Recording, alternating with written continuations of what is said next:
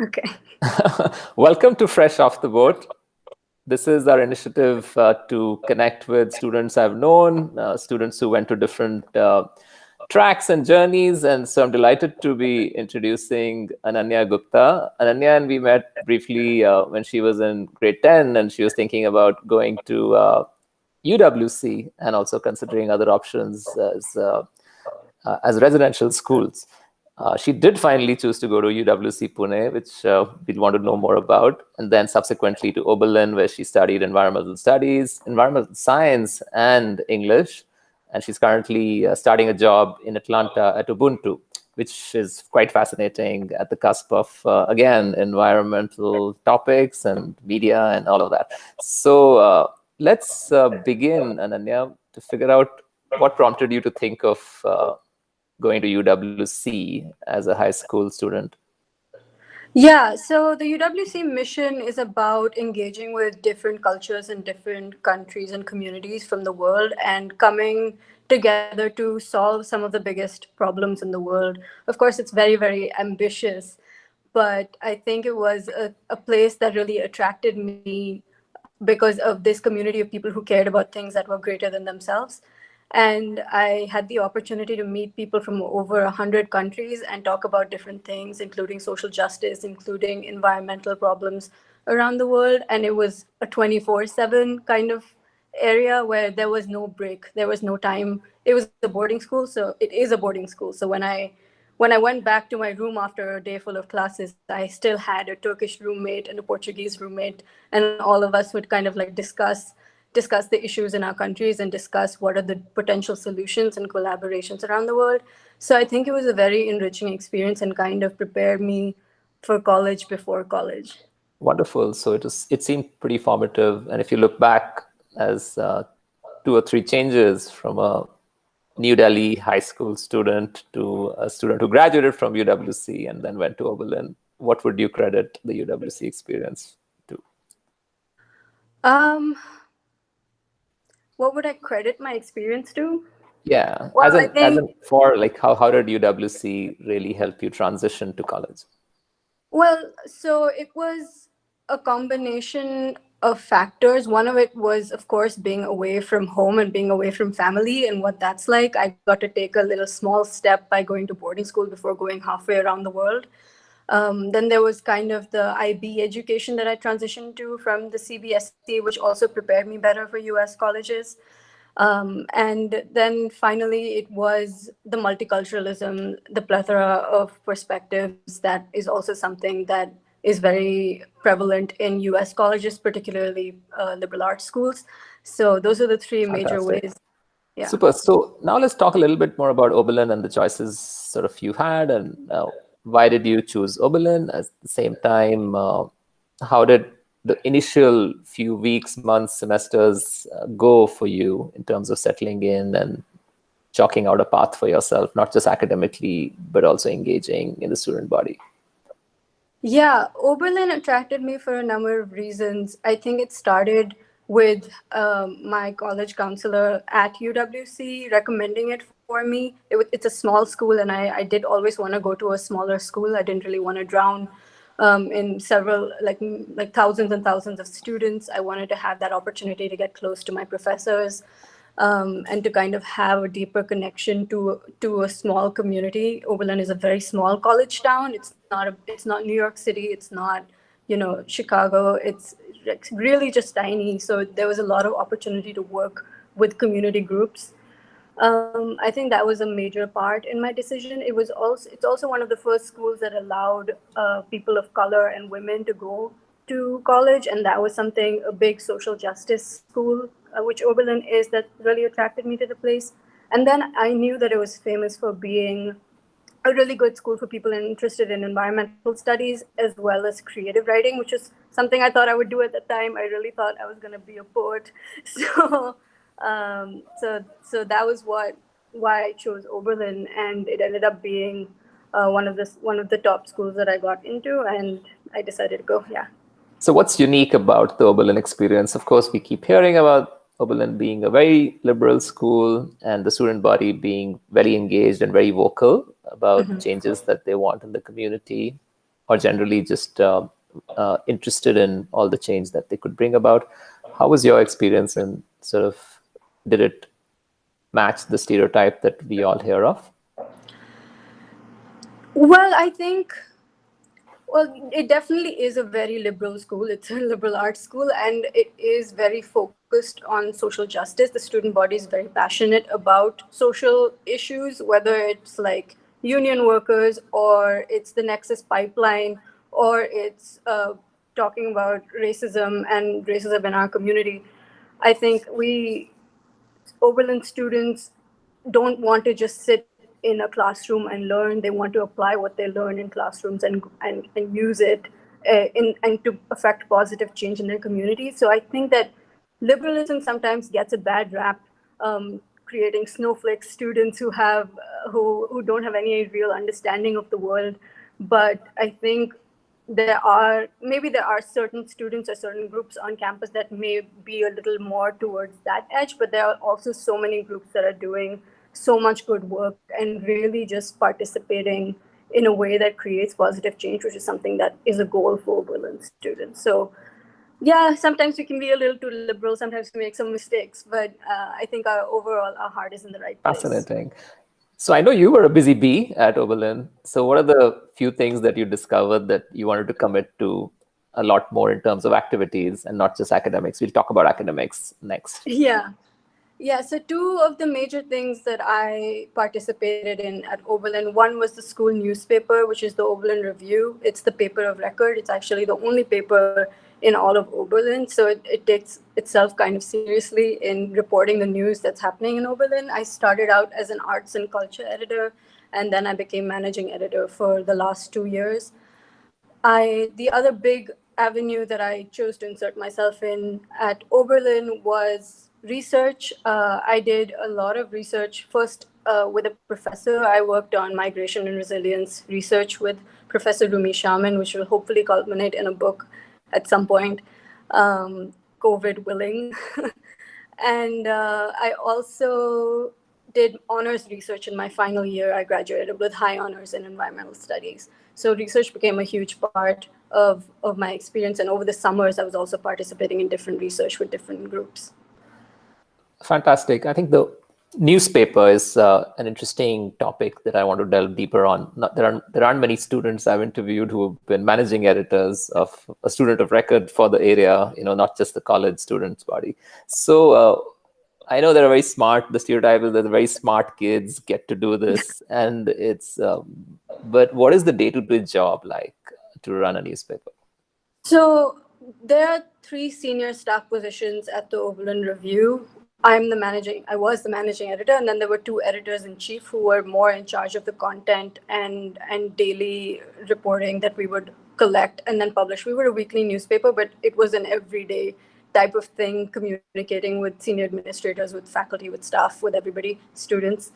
The managing editor was more the long game kind of job, in which he was looking at budgeting and financing, and hiring, firing, what were all the teaching new people who were coming in, new writers, how to write, what our style was, things like that, and overall functioning of our production team. Overall, it was 33 students that I was kind of like banding together every week to produce a newspaper. So I think I learned some of the most important both soft skills and practical skills as managing editor for the Oberlin Review. And I managed a $77,000 budget at the end of this year, which was a huge deal for me. It's fantastic. In terms of controversies during the time you were a managing editor, of course, the world has seen too many. But what do you think were the most difficult, challenging times for you during those 2 years of managing the newspaper? Um, I think I was not managing editor when the Gibson's thing happened, which was in 2016, and it of course timed with the Trump election. The class of 2020 has had just a wild time, starting with the Trump election and ending with COVID. So, but coming back to the Gibson's thing, it was something that has cast a shadow over the 4 years of my time at Oberlin. So some of the big controversies that have happened has been the ongoing Gibson's case and reporting on that. UAW strikes and UAW problems with UAW workers potentially getting laid off. At Oberlin, we also have had a huge structural deficit that is being managed by our school and kind of reporting on how liberal arts can become more of a sustainable way for schools or colleges in the United States to run. And then, of course, COVID-19 and how Oberlin is going to handle that. I think what the one which is relevant to many of our students currently who are planning to go to college, and how higher ed in general could be reimagined. And so the work that Oberlin is doing in that field and what you mentioned, where do you see this this crisis that we are in higher education leading to? Has your work with Oberlin given you some more insight as to different scenarios playing out? You mean in light of COVID-19 specifically, or liberal arts schools in general? I think it kind of combines both, because enrollments would get affected, endowments might be sort of plowed into. So yeah, in general too, I'd love to know about the work that you did for understanding liberal arts, the future of liberal arts colleges. Yeah, I think some of the major things that I saw Oberlin doing that I found extremely positive that I wish I come to school now that I could do. One of them is a concentration in journalism, and there was a concentration in business. So these are two of the biggest concentrations that I see are coming up in Oberlin and available to incoming students. So kind of looking more at fields that are more concrete than just So academic. a lot more pragmatic, pre-professional. So sort of Right. changing the liberal arts to not just places where people think and write and research. Okay, so that pre-professionalism. Pre-professionalism was a good one. We have this thing called winter term, which makes Oberlin very unique. We have a month. It's usually in January. I don't know when it's going to be now, but it's usually in January. We have a month to pursue any project that we want, and I think they're making a lot more opportunities for students, both at in on campus as well as around the United States, to pursue meaningful projects during that time. And I think the final thing that really stood out to me is career communities. It's one of the first things that I did. I was the first career communities, like in part of the group that did career communities for the first time. It's basically guaranteed funding for any internship that you want to do. During spring semesters, I think they provide you with a list of different companies that are looking for students to hire during the summer. And then during fall, they also have the opportunity to find like unpaid different things that they're interested in doing over the summer, but they can't afford it. And then they provide funding to do that. So it's Fantastic. guaranteed Love all funding the for some initiatives majors. that Yeah. that you are part of, and what Oberlin is now thinking of doing. We'll come to the question of the future of higher ed in times of COVID a little later on, Yeah. because that kind of addresses what students who are entering college or are continuing at college would have to be grappling with. Uh, Switching gears to understanding your academic choices in Yeah. environmental sciences and English at Oberlin. Both very interesting, very different, but also kind of can be linked majors. If you look at what Amitabh Ghosh is writing Right. these days, switching from fiction to nonfiction. And there are other examples I'm sure you would know enough about and love to share. I'd love to hear more about those too. So yes, where do you see the cusp between English and environmental sciences? Plus, what is it that you really studied in both these majors? Yeah. So in environmental studies, I was asked to choose a pathway, and my pathway was politics, policy, and law. So a lot of my focus was on global environmental politics, environmental politics, and then of course I had to do like environmental studies at Oberlin includes a lot of environmental humanities, environmental social sciences, environmental chemistry, biology, geology. So you kind of, when you get into environmental studies, you do all the different things, including natural sciences, including social sciences, including humanities, and then you kind of specialize into what you're interested in. For me, that was more looking at natural resource sharing and migration, climate migration. Those were two of my major interests in the environmental studies department, and I really got to pursue them both through independent research as well as through the classes that I was taking. Um, and then You did in mention about English, your interest in migration. So, if you want to elaborate on the research work that you were doing with that professor and the book that's supposed absolutely. to come out soon, Yeah, I hopefully don't know when soon. that's coming out, but we'll see. So yeah, I worked with Professor Rumi Shaman on migration and resilience, particularly in Bangladesh. They, we briefly focused on climate migration, but we were mainly looking at what migration is looking like. And my role mainly was to look at how to define a refugee and what are the different definitions of refugees around the world and how inclusive or uninclusive they are, as well as what kind of rights are available to them depending on how they are defined. And then the major gap that is climate refugees that exist in the world and are not afforded any of those rights as of right now. Fantastic. Yeah, now tell us a little bit about the English major. Yeah. So the English major was, it's been restructured now, so it's completely different for new students.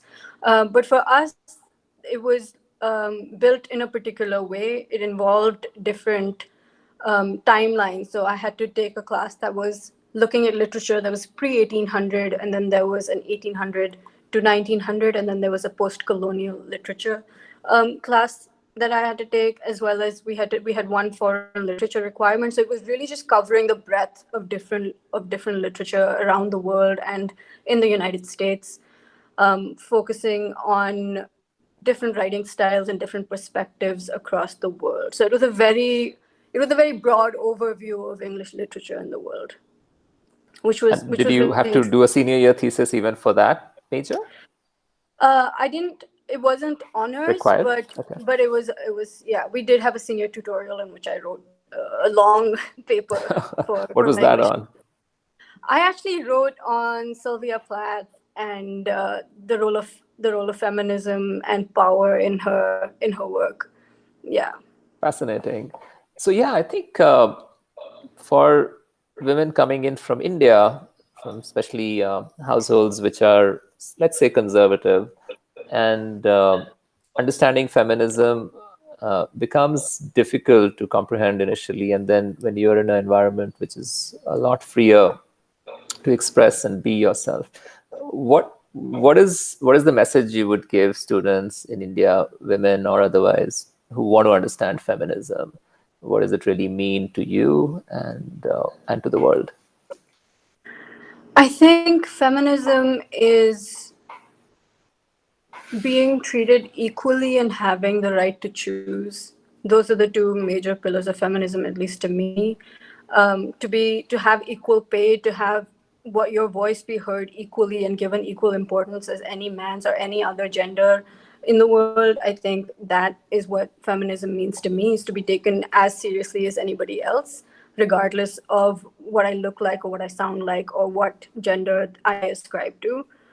And then the other thing is having the right to choose what I'm able to do. So when you were talking about conservative parents and feeling worried that women, in Indian women particularly, if they go to the United States or if they go to a liberal school, they'll kind of transform into wild girls who don't like who, inverted commas for podcast people, wild girls who kind of just can't be reined in ever again. I think if you have raised your daughters and sons in a way that they respect each other and they respect themselves, they will be fine in the United States.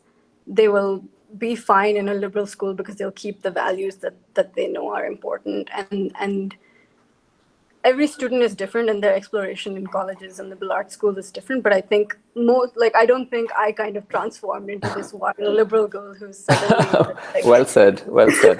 like So losing we'll my switch mind. gears now, and I want to know, like, I'll ask you a few rapid fire questions. Oh, okay, I'm ready. So if you were to pick three adjectives that describe you, what would they be? With three words. Um, 3 words: honest, loyal, and goal oriented. Fantastic. If you were to look back during this lockdown, what are the changes you hoped that you would make in your life and or have already made to sort of improve your body, mind, soul in some ways? I wish. Well, I wanted to have a routine for my home life so that it felt like I was on some kind of schedule. It has. I have not perfected it. I'll say that now. I think my sleep schedule is kind of out of whack, and I tend to. You know how people are experiencing this, in which they start working and then there's no end of the day, so they don't stop working. And I've been experiencing that a little bit as well. But yeah, I think having a schedule is something that I aspire to, and I hope people do as well. Super. Um, is there anything else for your like mental health other than the scheduling or I hope? started to go on runs, which is nice. If weather willing, go on runs, clear your mind. It's one of a socially distant way of keeping your mind and body healthy. All right. So now let's talk more about your work, the new job that you're starting out, and how is it connected to the skills you must have picked up at school, at college, and of course, being part of student leadership at a newspaper. So, what do you do, or what are you hoping to start doing, and what is this organization about, and why is it so relevant and interesting? Yeah, Ubuntu is an environmental startup. It just started in 2018. It's very young. It's a knowledge and solutions platform that promotes innovation in environmental fields, particularly in plastic pollution. For now, we hope to expand into a number of different environmental avenues. But yeah, it works to connect innovators and small innovators with huge companies that use enormous amounts of plastic, whether it's Coca-Cola or like Target or something like that. So it bridges that connection between big companies and giving them advice to reach out to these little innovators that are achieving phenomenal things, but no one knows about it. So it provides that online platform to launch that kind of content. And my role at Ubuntu is going to be as a content editor. I will be editing their knowledge section, their blog section, handling outreach and newsletters. So yeah, subscribe to Ubuntu, and you'll be hearing from me. Fantastic. Yeah, I'd love to know more once you're settled in your new job.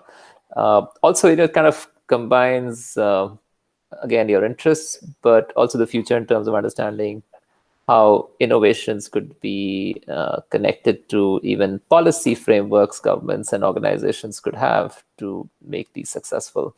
Uh, so we do Yeah. have a few webinars and panels coming up on such topics. We want you to be part of it, so I'll let you know. Okay, sounds good. Fine. I think it's been a fantastic conversation, and I'm just going to seek some life advice from you for our students and listeners. Uh, what is this whole college application, stress all about? I know I'm a counselor; I should know it all, but to be honest, each year I learn so much from our students. Uh, in this journey, I think your pivot was to go to UWC, which obviously made it a lot easier for you.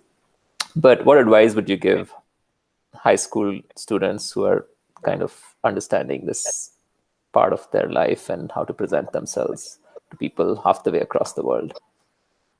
It's going to sound so cliche, is the thing. I think for me, I realized when I got to college, maybe this is not the best advice to give, but I think colleges care a little bit more about, still care a little bit more about your grades and your SAT scores than they do about your essays. That being said, your essays, you can have the same grades as a million other kids and not get into the same schools.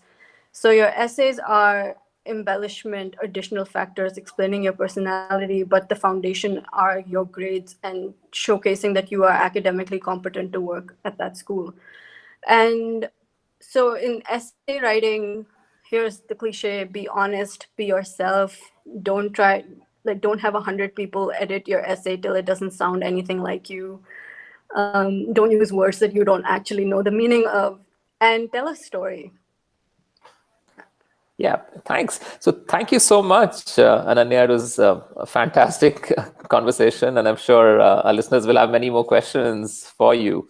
Uh, Yeah, thank you so I'll much for let you having know me. how how that streams in, and looking forward to some of your replies. So all the best for the future. Start with a new job, new life in a new city. Thanks. Thank you.